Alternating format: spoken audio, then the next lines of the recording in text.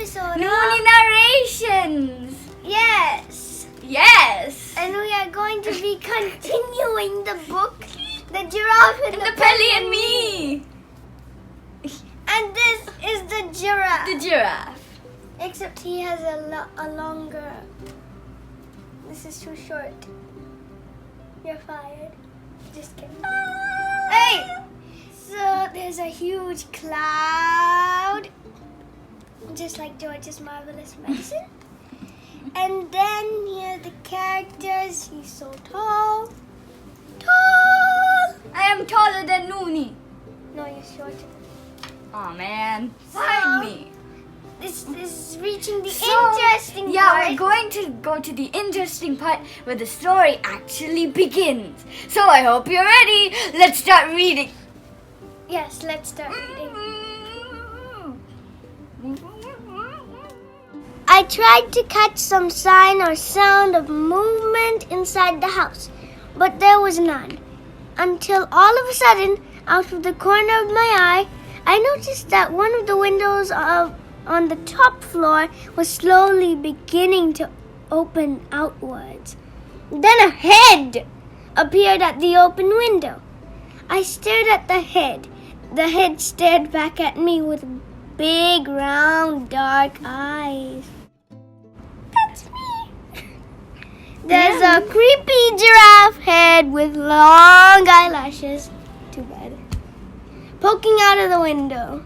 It's a giraffe in the house.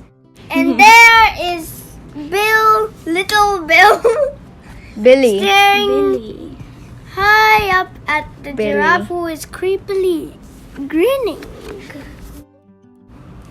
Suddenly, a second window was flung wide open, and all the crazy things, a gigantic white bird hopped out and perched on the windowsill. A pelican. Great. Yeah. I knew what this one was because of its amazing beak, which was shaped like a huge orange-colored basin. The pelican looked down at me and sang out, "Oh, how I wish for a big fat fish! I'm as hungry as ever could be. A dish of fish is my only wish. How far are we from the sea?" "We are a long way from the sea," I called back to him. "But there's a fishmonger in the village not far away." "A fish what?" "A fishmonger." Big brain. "Now what on earth would that be?" asked the pelican. I have heard of a fish pie and a fish cake and a fish finger, but I have never heard of a fishmonger. Are these mongers good to eat?" This question baffled me a bit, so I said, "Who is your friend in the next window?" "She is the giraffe," the pelican answered. "Is she not wonderful? Her legs are on the ground floor, and her head is looking out of the top window." As if all this wasn't enough, the window on the first floor was now flung wide open, and out popped a monkey. A monkey. The monkey stood on the windowsill and did a jiggly little dance. He was so skinny, he seemed to be made only out of furry bits of wire.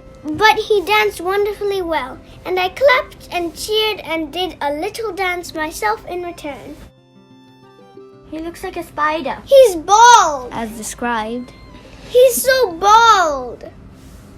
And there's the giraffe, who's clearly a girl, and the pelican, who has weird eyes. Wait a second. If the giraffe's feet are touching the ground floor, then the door is only up to here. Up to the first floor. So then the giraffe will have to duck to get out of the door anyway. "We are the window cleaners!" sang out the monkey.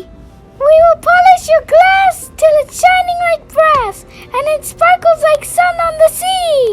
We are quick and polite. We will come day or night.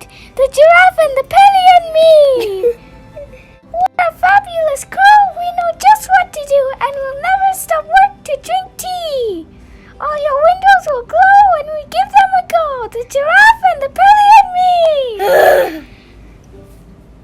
We use water and soap plus some kindness and hope, but we never use ladders, not we. Who needs ladders at all when you're 30 feet tall? Not Giraffe and not Pelly, not me. Oh! I like that song. It's catchy. Seriously, his voice is annoying. Well, it's stuck in my head. I stood there enthralled. Then I heard the giraffe saying to the pelican in the next window, Pelly, my dear, be so good as to fly down and bring that small person up here to talk to us. At once the pelican spread his huge white wings and flew down onto the road beside me. Hop in, he said, opening his enormous beak. I stared at the great orange beak and backed away. Go on! The monkey shouted from up in his window. The Pelly isn't going to swallow you. Climb in! I said to the pelican, I'll only get in if you promise not to shut your beak once I'm inside.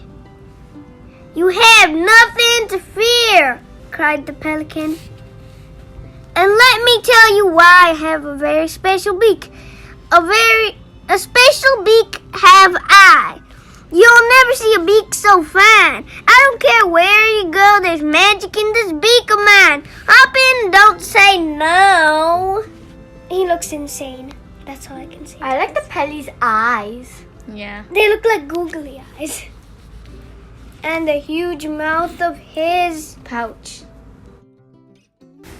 I will not hop in, I said, unless you swear on your honor you won't shut it once I'm inside. I don't like small, dark places. When I have done what I'm just about to do, said the pelican, I won't be able to shut it. You don't seem to understand how my beak works. Show me, I said. Watch this, cried the pelican. I watched in amazement as the top half of the pelican's beak began to slide smoothly backwards into his head until the whole thing was almost out of sight. Look at the picture. I thought that was his tongue. That's his beak? I guess extra bone for his neck since it's going down from his head to his neck, right? What? How can it fit in his tiny head? He did say that's how that it there goes was down. magic in that beak of his. This is impossible. Of course it is. It bends and goes down inside the back of my neck, cried the pelican. Is that not sensible? Is it not magical? It's magical, but it isn't sensible. It's unbelievable, I said. It's exactly like one of those metal tape measures my father's got at home. When it's out, it's straight. When you slide it back in, it bends and disappears. Precisely, said the pelican. You see, the top half is of no use to me unless I am chewing fish. The bottom half is what counts. My lad, the bottom half of this glorious beak of mine is the bucket in which we carry our window cleaning water. So if I didn't slide the top half away, I'd be standing around all day holding it open. So I slide it away for the rest of the day, even so I'm still able to speak. And wherever I've flown, it has always been known as the pelican's patented beak.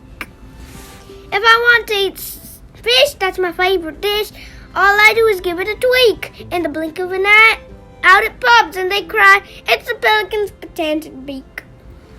That's enough. And that's it for this episode. I hope you enjoyed it. And it was so interesting. You agree? It's dead. Nothing You dead choked is it. allowed.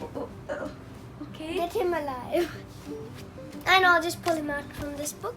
Don't forget to like, subscribe, hit the notification button, and please share these videos with your friends.